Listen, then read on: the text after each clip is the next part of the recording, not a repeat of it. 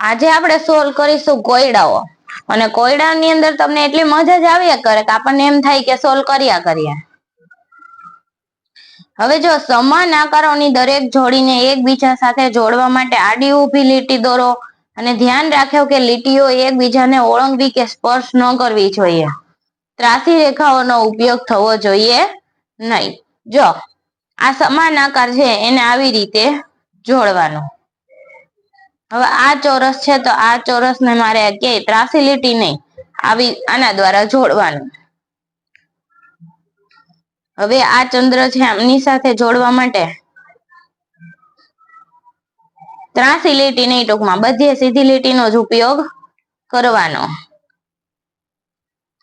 ત્રિકોણ ને ત્રિકોણ સાથે જોડી દઉં, સ્ટાર ને સ્ટાર સાથે. જોડાઈ ગયા બધા આકારો.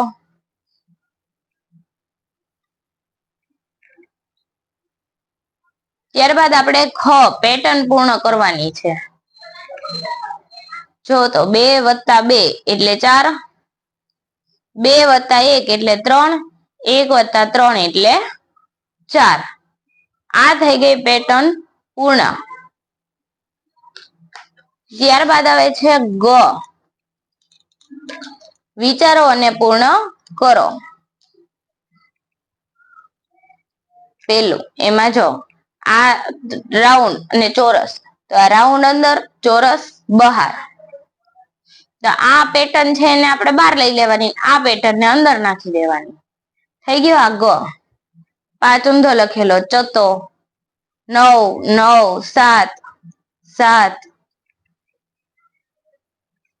ધારો કે એક સંખ્યા ધારો, આપણે 5 ધારી, એને બમણી કરો 10, એની અંદર 8 ઉમેરો 18, એને અડધા કરો 9.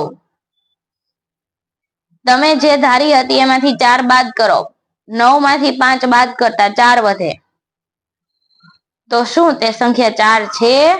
હા, 4 છે. હવે તમારા મિત્રો સાથે ગણિતની આ યુક્તિ રમો.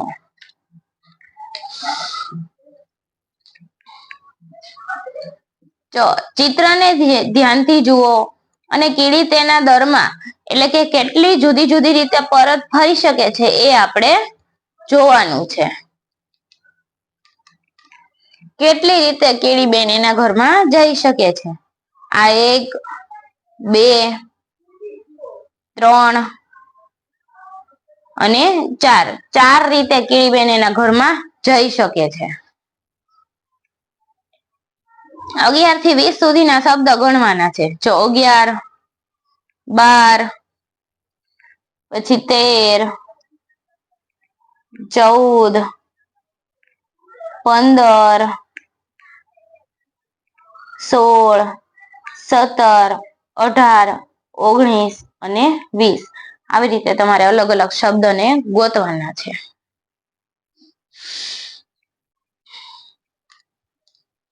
પછી જ પડછાયાનું ચિત્ર યોગ્ય રીતે ઓળખી કાઢો. આ જે છે એમનો પડછાયો ઓળખી કાઢવાનો છે આમનો. હવે જોઈએ, આ હાથ પરથી ખબર પડી જાય એનો કયો છે. આમાં જો એક હાથ નથી, આમાં ઉપર કલગી નથી, પડી જાય ને ખબર. 3 નંબર આવે. પછી બિલાડીને તેના ઘર જુદી જુદી રીતે પરત ફરી શકે છે. જો બિલાડી છે એમના ઘરે કઈ રીતે જઈ શકે? આવી રીતે, આવી રીતે, આવી રીતે, આવી રીતે. બિલાડી તેની ઘરે કેટલી રીતે જઈ શકે છે? 1 2 3.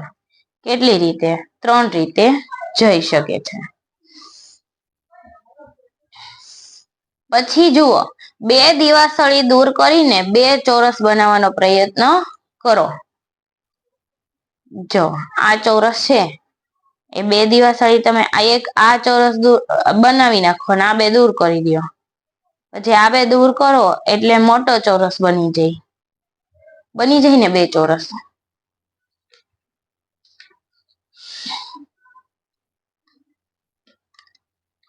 હું કોણ છું? હું સાયકલમાં છું, હું બસ અને કારમાં છું, બધા વાહનોને દોડાવું છું. એને કહેવાય ટાયર. જો હું સપાટ હોય તો તે દોડી શકતા નથી. તો મારો આકાર કેવો છે? ગોળાકાર. કેવો આકાર કહેવાય? ગોળાકાર.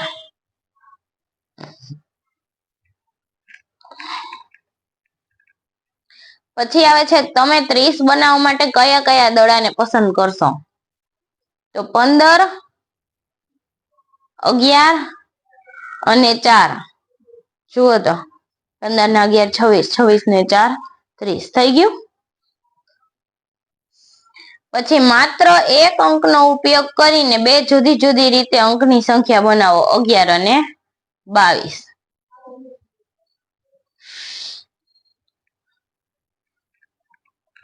હવે એક રસ્તો શોધો ભૂખ્યું જીરાફ ઝાડ સુધી પહોંચી શકે. ચલો આ રસ્તે આપણે જઈએ તો એને પેલા બિલાડી મળે, પછી એને ચકલી મળે, અને પછી ઝાડનો રસ્તો આવી જાય. તો જો ઉપરનું ચિત્ર જુઓ અને પ્રથમ આ ચિત્ર જોઈ અને જવાબ દેવાના. જીરાફ કયા પ્રાણીને પ્રથમ રસ્તામાં મળ્યું? તો કે સસલું. અથવા તો તમને આ કેટ દેખાય તો કેટ રાખો, બિલાડી. તમારે જે લખવું હોય. કયા પ્રાણીને જીરાફ છેલ્લે મળ્યું? તો કે ચકલી. અથવા કોઈ પક્ષી રાખો. શું તમે ક્યારેય ઘેર જવાનો રસ્તો ભૂલી ગયા છો? તો લખો હા. આપણે ઘણી વાર ભૂલા પડ્યા હોય. ઘેર જવાનો રસ્તો યાદ રાખવા માટે તમે શું યાદ રાખો? વળાંકો. કે અહીંથી વળવાનું, અહીંયા આ આવે એટલે અહીંયાથી વળવાનું. બરોબર, આપણે એ જ યાદ રાખતા હોય.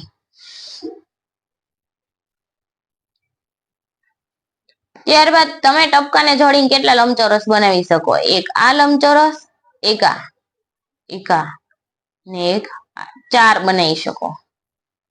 બરોબર. ત્યારબાદ સંખ્યાઓના સરવાળા કે બાદબાકી નો ઉપયોગ કરી અને તમારે પૂર્ણ કરવાનું છે. 18 - 9 એટલે 9, 6 + 3 એટલે 9, 5 + 4 એટલે 9, 27 - 18 એટલે 9, 6 + 3 એટલે 9, 7 + 2 એટલે 9. થઈ ગયું. ત્યારબાદ 13, 8 + 5 એટલે 13, 16 + 3 એટલે 13, 7 + 6 એટલે 13, 10 + 3 13, 9 + 4 13, 19 - 6 એટલે 13.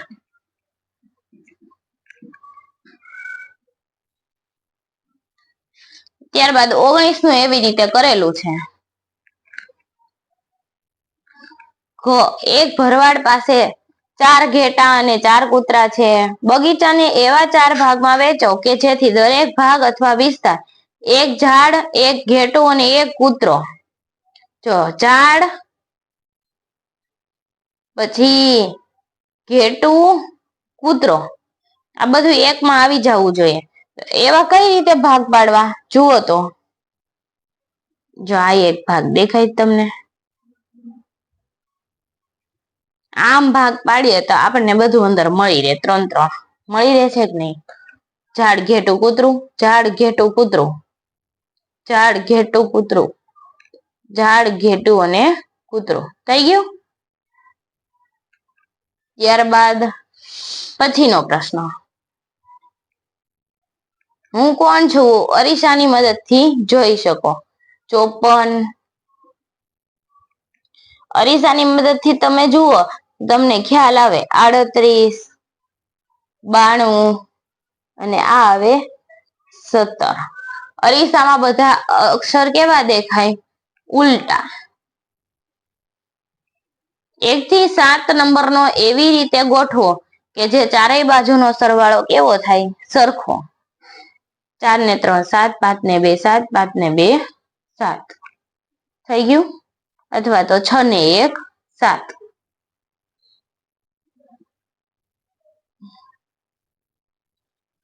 ચાલો આપણે 6 મીટર લાંબા કાપડના ટુકડા કરીએ. જો દર વખતે 1 મીટર કાપવામાં આવે તો આપણે કેટલી વખત કાપવું પડે? 6 વખત. હું એક સંખ્યા ધારું છું, તેને બમણી કરો. મારો જવાબ 18 છે. તો તે સંખ્યા કઈ હોય? 9 બમણી કરવાથી 18 થતું હોય તો એ સંખ્યા કઈ હોય? 9 દૂને 18. પછી 28 બનાવવા માટે ગણનયંત્ર પર બટન દબાવો. 10 બટન દબાવવાના છે 28 બનાવવા માટે. તો માનો કે હું કેટલા બટન દબાવું? 10 વખત આપણે બટન દબાવવાના છે. તો જોઈએ, ચલો.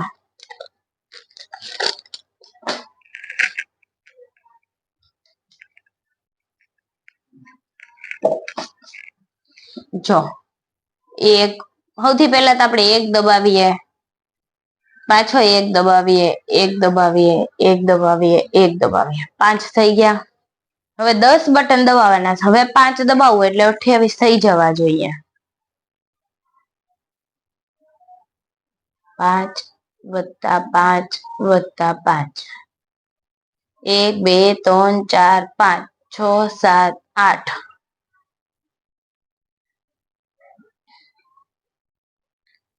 પછી કેટલા થયા? 5 10 15 20, 5 વત્તા 3 થઈ ગયા 8 બટન. 1 2 sorry 10 button. 1 2 3 4 5 6 7 8 9 10. 10 અંક દબાવ્યા એટલે આની ઉપર ગણનયંત્ર ઉપર 28 આવી જાય.